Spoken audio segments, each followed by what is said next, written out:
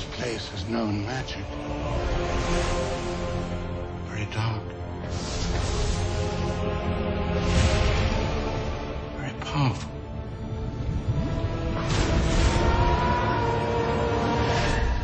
This time, I cannot hope to destroy it alone. We always like to say that every film is a standalone article. However, if you don't see this film, you're going to have problems with the seventh, because the seventh uses, a lot of the information plot that we use in the seventh is all set up in the sixth. That's in the sixth is very much, in some ways, it's a transitional film. It's getting from film 5 to film 7, getting all the information, but also there is a lot of emotion invested. It's not purely expositional. There is a lot of emotion in the film. I kind of feel like I'm juggling 3 films at once, because we're promoting the sixth one, which is coming out now, and we're filming 7 Part 1 and we're preparing for 7 Part 2. So I feel like I'm I've got like 3 films on my head, but it's really good. Like I feel very, I'm not studying at the moment, so I feel very focused on like on it, which is like, it's really good. It's kind of interesting for us because we're all a little bit older than the characters now, and so we are able to look with a slightly more objective eye can be cast over the teenage romance stuff, because we're all, like a lot of us now are in kind of quite serious relationships, or have been in relationships for a substantial amount of time. And so, yeah, for us to suddenly have to play all the young teenage love stuff is really, really quite good fun.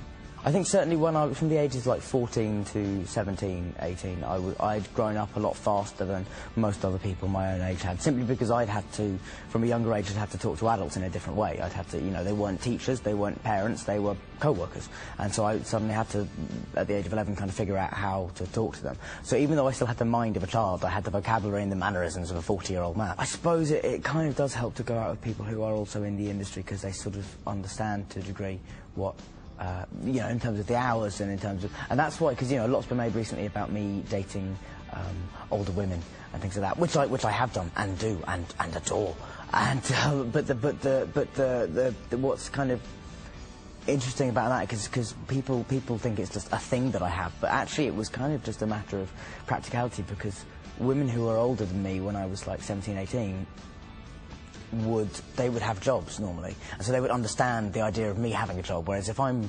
16 going out with a 16-year-old, they can't quite grasp the fact that I work nights sometimes and I'm not always around and that kind of stuff. So it's just about finding someone who understands the reality of the situation. Rupert Lee, he kissed Emma in that scene, and in the 7th film, which I imagine was quite odd, although I was desperate to be on set. But they knew, they so had predicted that I would be a nightmare if I was on set, and I would be giving Rupert and Emma nothing but grief if I was on set that day, that they actually sent me into the forest to film that day. They sent me about 30 miles away from the studios, so that I was just going to be nowhere near the studio. I was gutted. Everyone wanted to come and watch it, and like Rupert and I were struggling so much with the pressure anyway, and especially if Dan had been there, it would have been too much, I think. He's a super nice guy, and I'm really happy for him that, he's gone on to be so uber successful.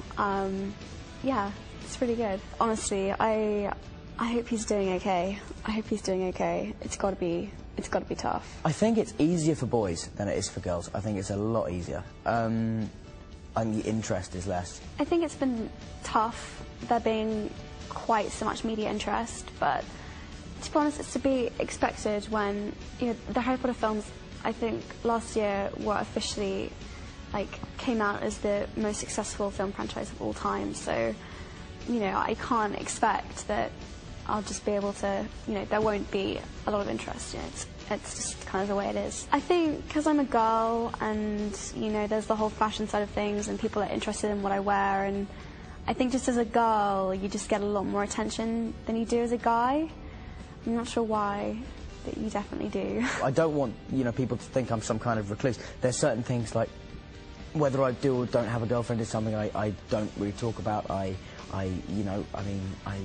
have kind of been recently. I do try and be as honest as I can in interviews about my own life, and I like to be open because that's why you do interviews, because people are interested, and so what's the point of just trying to be a recluse? Setting the record straight. I just said that I wanted to be really picky about the parts that I chose to play. Like, I didn't want to just jump into anything. I wanted to be quite specific about what I decided to do.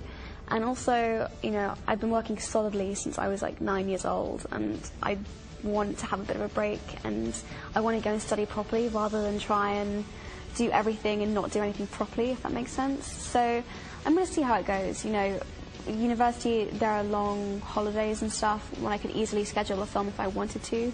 So I'm going to keep reading. I'm reading a lot of scripts. I'm meeting a lot of different casting agents and just, you know, seeing how it goes. And if there's something I really want to do, then I'll definitely do it. But going to university doesn't mean that I'm giving up acting.